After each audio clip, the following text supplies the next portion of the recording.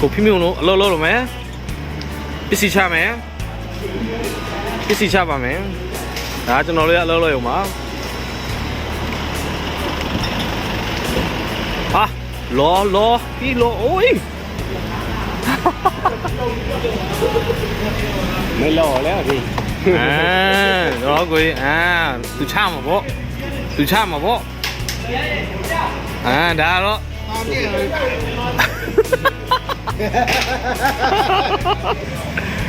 သူချတော့မှာပေါ့